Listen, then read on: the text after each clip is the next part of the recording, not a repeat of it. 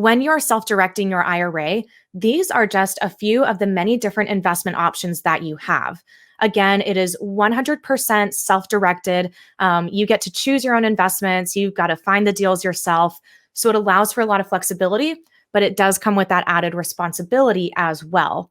Now, I don't have slides in here today about the things that you cannot invest in, but one golden rule that you always want to remember when you are investing with a self directed IRA is that your IRA gets awesome tax advantages to help you save for retirement.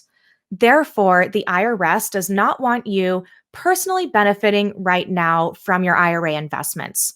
So you've got a lot of different investment options, but just be aware you can't really use your IRA to loan yourself money or invest into your own business. There are a few restrictions there, but you've got a lot of different investment options.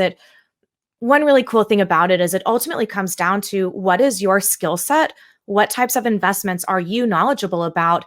And now you can do all of these same types of investments in your IRA and really grow and compound your money completely tax deferred or tax free. But where the magic comes in is when you compound that over the next 5, 10, 15, 20 years.